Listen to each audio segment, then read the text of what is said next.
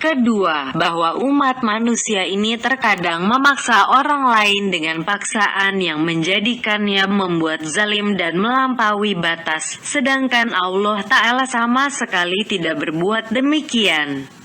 Karena Dia tidak akan pernah menzalimi seorang pun dari makhluknya ini, tetapi kehendaknya itu berlaku pada diri mereka berdasarkan keadilan dan kebaikan.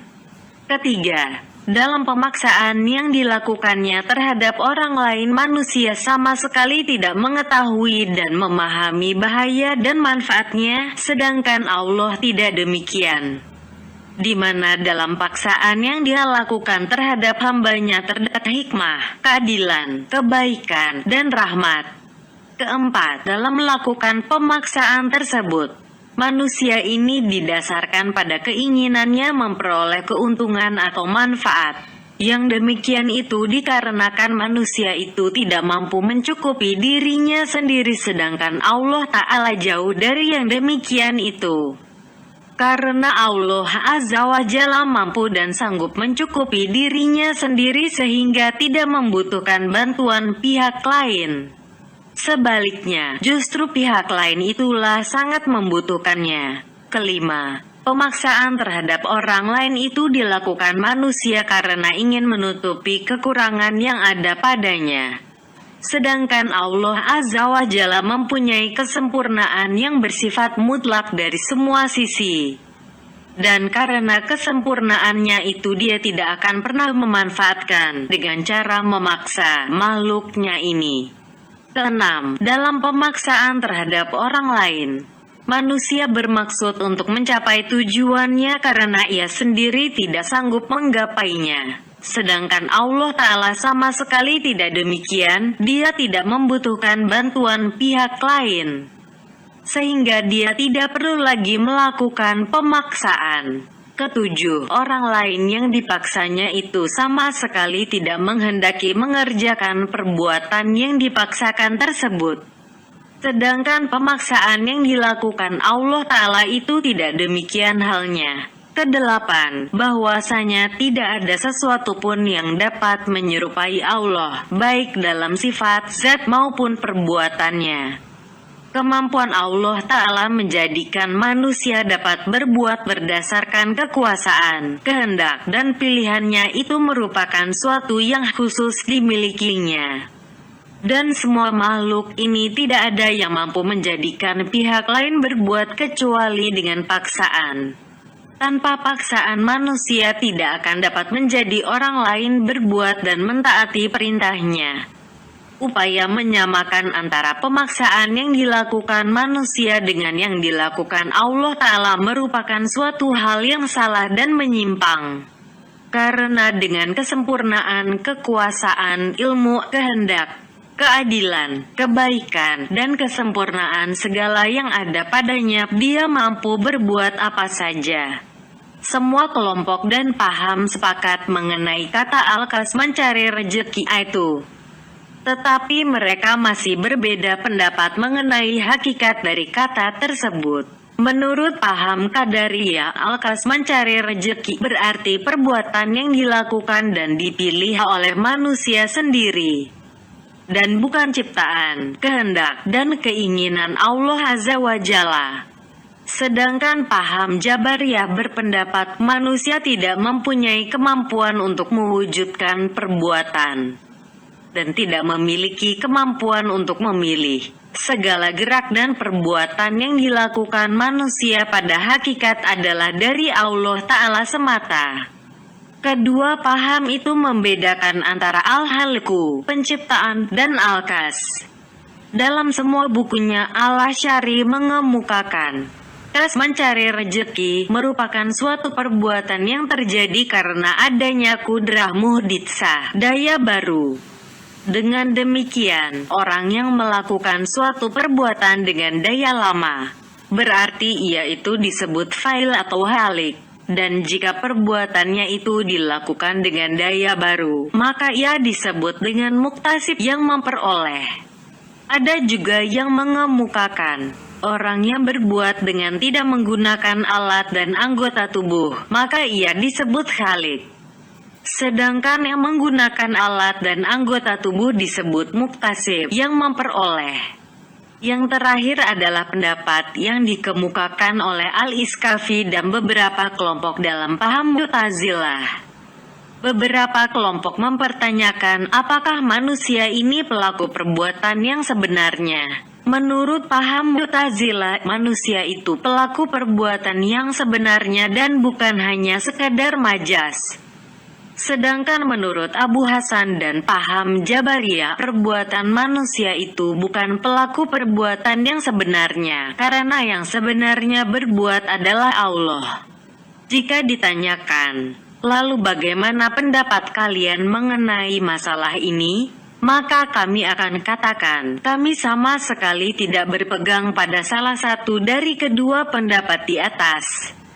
Tetapi kami berpendapat bahwa hal itu merupakan perbuatan manusia secara hakiki dan Allah Ta'ala yang menciptakan perbuatan tersebut. Menurut kami, fi'il perbuatan itu berbeda dengan maf'ul, objek perbuatan. Demikian yang telah menjadi kesepakatan Ahlul Sunnah, diceritakan oleh Hasan bin Mas'ud al-Bagawi dan lain-lainnya. Dengan demikian, manusialah yang berbuat sedangkan Allah Ta'ala yang menciptakan perbuatan tersebut.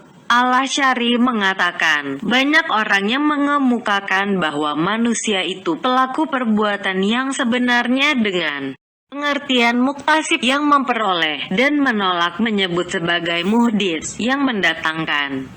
Mengenai pernyataan Al-Asy'ari yang terakhir itu, penulis katakan bahwa mereka itu merujuk pada lafaz-lafaz Al-Quran dan Al-Hadits, di mana dalam keduanya penuh dengan kata-kata yang menisbatkan perbuatan kepada manusia, baik dengan isim khusus maupun isim umum.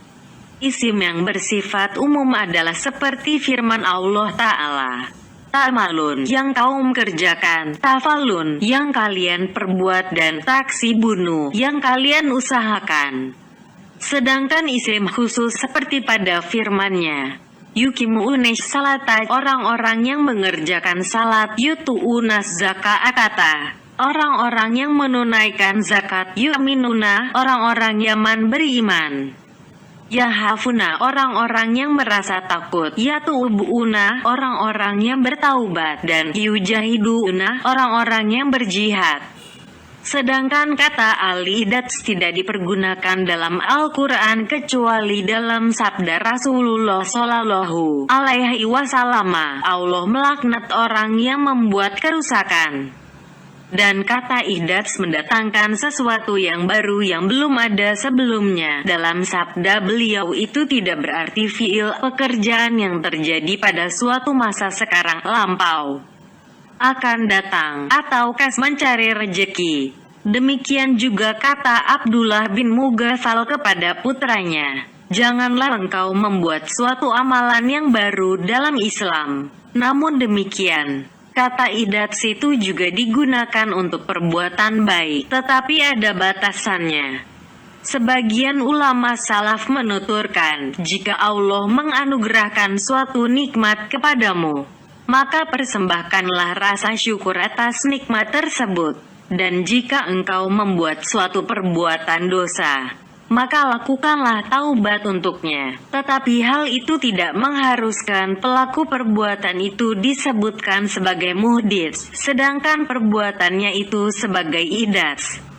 Lebih lanjut, Al-Asy'ari mengatakan, saya juga pernah mendengar bagian dari Ahlul Itsbat menyebut manusia itu sebagai muhdits yang sebenarnya, dengan pengertian muktasib yang memperoleh. Dan berkenaan dengan pernyataan Al-Asy'ari yang terakhir ini dapat saya katakan, di sini terdapat banyak kata, yaitu fa'il, amil, muktasib yang memperoleh ka'asib sani, jahail, muatsir, munci, mu'jid, khalik ba'ari, musawir, ka'adir, dan murid. Kata-kata tersebut di atas terdiri dari 3 bagian. Pertama, bagian yang tidak digunakan kecuali pada perbuatan Allah Azza wa Jalla, misalnya Al-Bari yang maha mengadakan, Al-Ba'di, dan Al-Mubdi pencipta. Bagian kedua adalah kata-kata yang hanya digunakan pada perbuatan manusia saja, misalnya al-ka'asib dan al-muktasib yang memperoleh. Dan bagian ketiga adalah kata-kata yang digunakan untuk perbuatan Allah dan juga perbuatan manusia, misalnya sani, fa'il, amil, munci, murid, dan ka'adir. Sedangkan kata al-halik dan al-musawir, jika dipergunakan secara mutlak dan tidak terikat, maka kedua kata itu tidak dipergunakan kecuali pada perbuatan Allah Azza wa Jalla. Seperti pada firman-Nya berikut ini, Dialah Allah Al-Khaliq, yang maha menciptakan Al-Bari, yang maha mengadakan Al-Musawir, yang maha membentuk rupa, yang mempunyai nama-nama yang paling baik, Asma'ul Husna. Bertasbihlah kepadanya apa yang ada di langit dan di bumi. Dan Dialah yang maha perkasa lagi maha bijaksana. Al-Hasr 24. Dan jika dipergunakan secara muqayyad terikat, keduanya dapat menggunakan pada perbuatan manusia, di mana kata halik dibenarkan juga dipergunakan bagi perbuatan manusia, sebagaimana yang terdapat dalam firman-Nya ini, maka Maha Suci Allah, Pencipta yang paling baik. Al-Mu'minun 14. Mujahid mengatakan, mereka berbuat dan Allah pun berbuat, tetapi Allah adalah sebaik-baik pembuat. Muqatil mengatakan, Allah berfirman, yang Dia pencipta yang lebih baik daripada mereka yang menciptakan patung-patung dan sebangsanya yang sama sekali tidak dapat bergerak. Sedangkan kata Al-Bari, yang maha mengadakan, tidak dapat dipergunakan kecuali pada diri Allah Azza wa Jalla semata. Karena Dialah yang telah menciptakan semua makhluknya dan mengadakannya dari ketiadaan, sedangkan manusia tidak mempunyai kemampuan untuk itu. Demikian halnya dengan kata mubdi pencipta dan badi pencipta yang tidak dapat dipergunakan kecuali pada perbuatan Allah Azza wa Jalla sebagaimana dalam firman-Nya, Dia pencipta langit dan bumi. Al-An'am 101. Ibda berarti menciptakan suatu yang baru yang belum pernah ada sebelumnya. Seseorang disebut mubtadi yang melakukan bid'ah karena ia menciptakan suatu hal yang baru yang belum pernah ada dalam sunnah Rasulullah Shallallahu Alaihi Wasallam, dan orang yang mengikutinya pun disebut mubtadi. Sedangkan kata mu'jid pencipta tidak terdapat dalam nama-nama Allah Azza wa Jalla, meskipun Dia itu adalah mu'jid yang sebenarnya. Dan yang ada dalam namanya adalah al-wa'ajid yang berarti kaya, yang mempunyai banyak hal. Kata mu'jid ini mempunyai dua makna. Pertama, menjadikan sesuatu ada. Dan makna kedua adalah menjadikan seseorang kaya. Masdar infinitif, kata itu adalah al-wujdu, sebagaimana yang terdapat dalam firman Allah Ta'ala. Tempatkanlah mereka para istri, di mana kalian bertempat tinggal menurut kemampuan kalian, dan janganlah kalian menyempitkan hati mereka.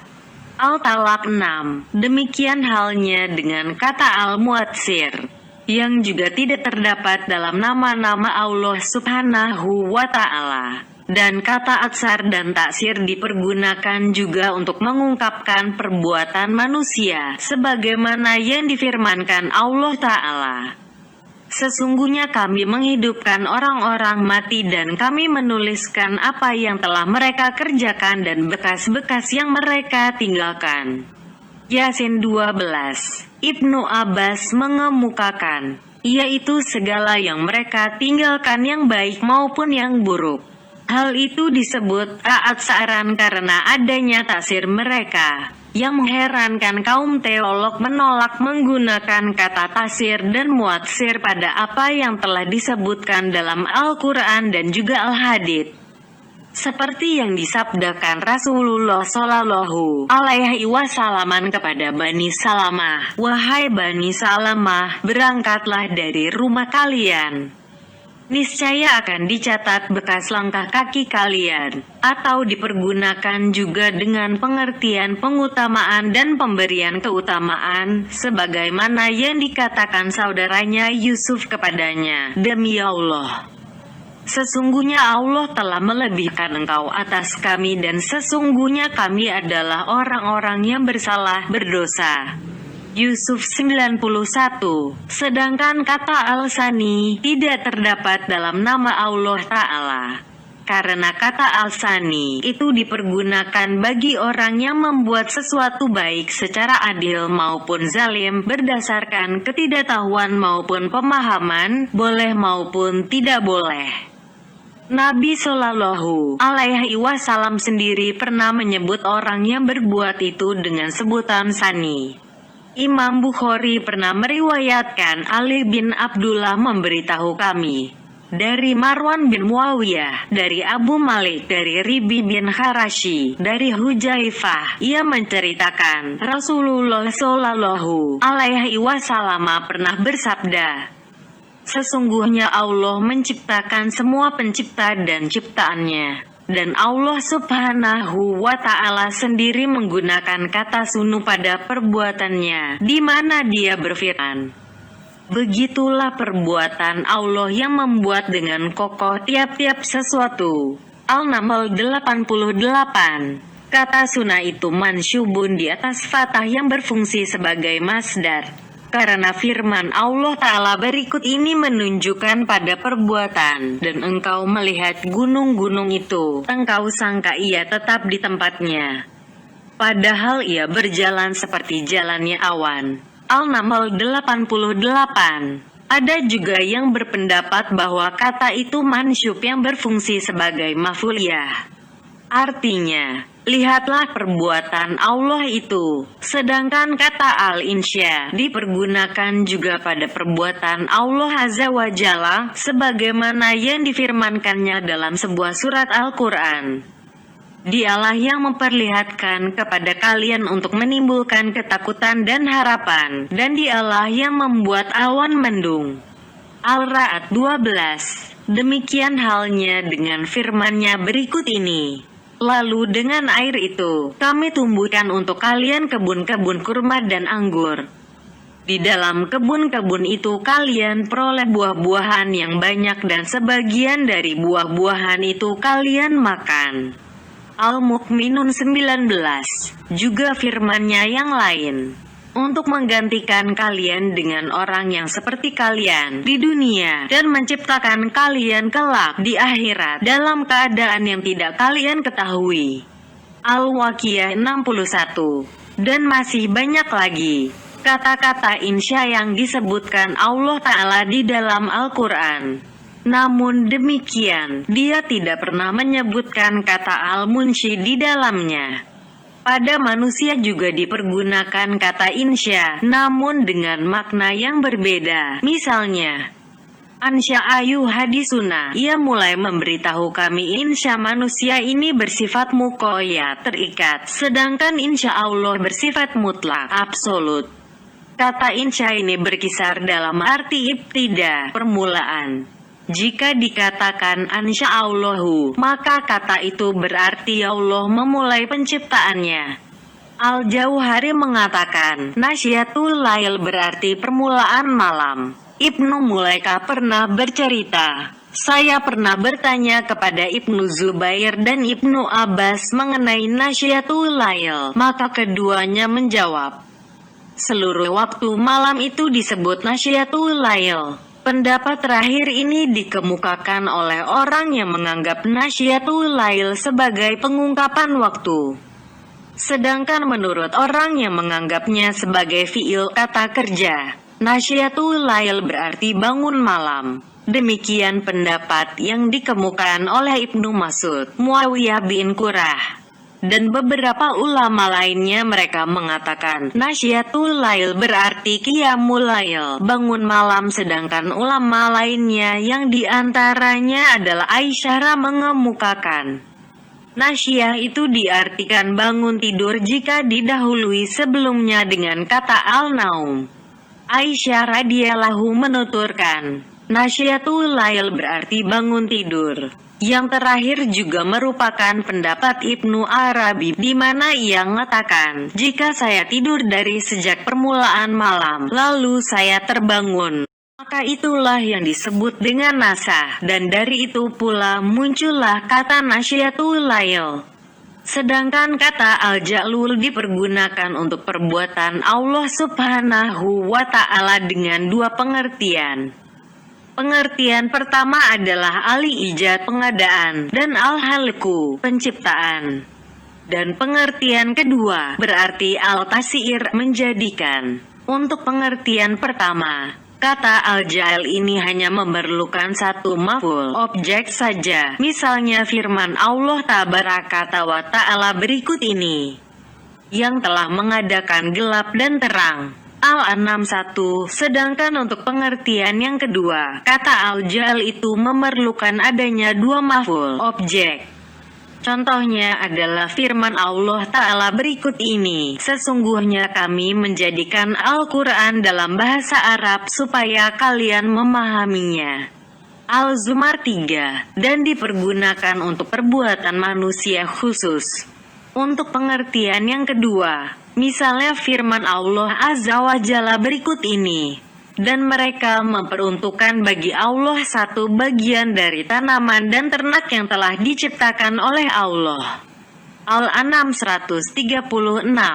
Namun kata itu lebih sering dipergunakan pada perbuatan manusia untuk mengungkapkan suatu dalam hal keyakinan yang mereka perbuat, yang sebenarnya bukan merupakan perbuatan mereka. Misalnya yang terdapat dalam firman Allah Ta'ala berikut ini, dan mereka menjadikan para malaikat yang juga merupakan hamba-hamba Allah yang maha pemurah sebagai orang-orang perempuan.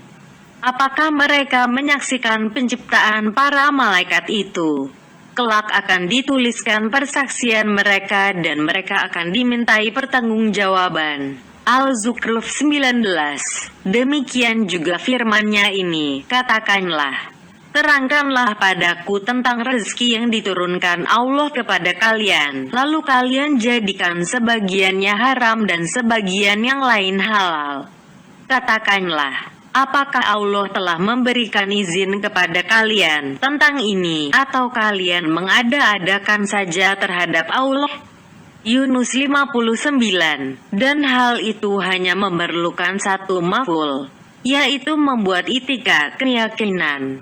Sedangkan kata fi'il pekerjaan yang terjadi pada suatu masa sekarang, lampau, akan datang, dan amal yang dipergunakan dalam perbuatan manusia sangat banyak. Salah satunya adalah firman Allah Ta'ala berikut ini, mereka satu sama lain selalu tidak melarang tindakan mungkar yang mereka perbuat. Sesungguhnya amat buruklah apa yang selalu mereka perbuat itu. Al-Maidah 79. Juga firman-Nya yang lain, sesungguhnya amat buruk apa yang mereka telah kerjakan itu. Al-Maidah 62. Dalam surat yang lain, Allah Azza wa Jalla juga berfirman, hanya kepada Allah kalian semuanya kembali, maka Dia akan menjelaskan kepada kalian apa yang telah kalian kerjakan. Al-Maidah 105. Namun Allah Subhanahu wa Ta'ala juga pernah menggunakan kata fi'il pekerjaan yang terjadi pada suatu masa sekarang, lampau, akan datang, itu untuk perbuatannya sendiri, baik yang berkedudukan sebagai fi'il kata kerja maupun isim. Untuk contoh yang pertama, yaitu yang berbentuk fi'il pekerjaan yang terjadi pada suatu masa sekarang, lampau, akan datang, adalah firman-Nya yang ini, dan Allah memperbuat apa yang Dia kehendaki. Ibrahim 27. Sedangkan untuk contoh yang kedua, isim, adalah demikian halnya dengan firman Allah Tabaraka wa Ta'ala berikut ini, Dia maha kuasa berbuat apa yang dikehendakinya. Al-Buruj 16. Juga firman-Nya, dan tundukkan gunung-gunung dan burung-burung, semua bertasbih bersama Daud. Dan sesungguhnya kamilah yang melakukannya. Al-Anbiya 79 juga yang terdapat pada 2 ayat, yang salah satunya adalah sebagai berikut, dan tundukkan gunung-gunung dan burung-burung semua bertasbih bersama Daud, dan sesungguhnya kamilah yang melakukannya. Al-Anbiya 79. Dan yang kedua adalah firman Allah Azza wa Jalla yang satu ini, yaitu pada hari kami gulung langit seperti menggulung lembaran-lembaran kertas, sebagaimana kami telah memulai penciptaan pertama, begitulah kami akan mengulanginya. Itulah suatu janji dan pasti kami tepati. Sesungguhnya kamilah yang akan melakukannya. Al-Anbiya 104. Perhatikan dan cermati firman Allah Ta'ala. Sesungguhnya kamilah yang akan melakukannya, yang terkandung dalam 2 ayat terakhir di atas, yang menerangkan suatu perbuatan yang menakjubkan dan di luar kebiasaan. Lalu bagaimana Anda melihatnya sebagai dalil kuat lagi nyata atas apa telah diberitahukannya bagi pelaku yang sebenarnya, yaitu Allah? Maka tidak ada sesuatu pun yang dapat menghalanginya berbuat. Tuhan memang mempunyai sifat pengampun, tidak akan kesulitan untuk memberikan ampunan. Sebagaimana pemberi rezeki juga tidak akan merasa keberatan memberikan rezeki kepada hamba-hambanya. Pengertian seperti itu juga pernah diberikan oleh Al-Zujai. Menurutnya, firman Allah Azza wa Jalla, sesungguhnya kamilah yang akan melakukannya, berarti kami berkuasa melakukan apa saja yang kami kehendaki.